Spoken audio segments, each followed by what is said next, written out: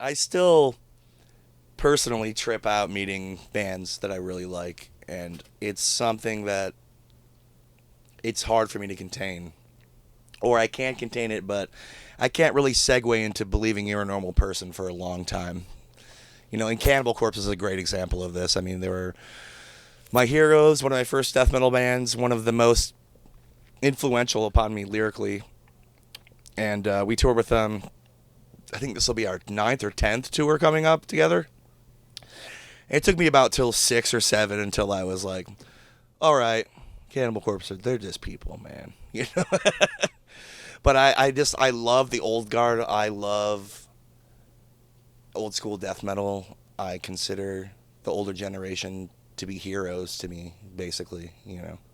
The fan club, Blast Fiends, has come into full swing basically between these last two records. It had existed, and I knew about it for a while. It had about 500 members at first. Then I started to advertise it for them and became friends with the two main guys.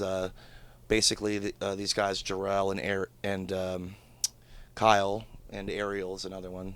They have really insane Black Dahlia Murder merch collections. That's kind of how I started noticing them. You know what I mean? They were running an Instagram, just showing off their collection, and basically their mission was to get every piece of merch we've ever done, every poster, everything. So we started advertising the Blast Fiends, and the response has been huge, man. It's like over 10,000 people now, and I think that they've grown this culture of collection for the band that's just absurd. You know what I mean? Like where people are competing to have the most righteous Black Dahlia Murder collection.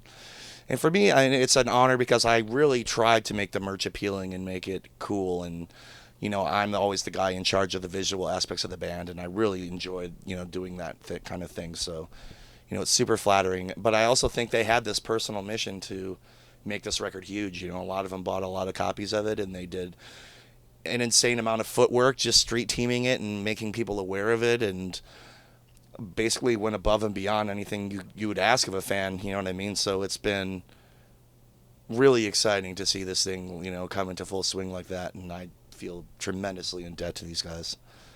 I see how hardcore the fans are for this band, you know what I mean? I feel like we've had a really good connection with them, and we've always tried to be a fan-forward band and be approachable and break down that fourth wall in a way, not only during the show, but before and after, and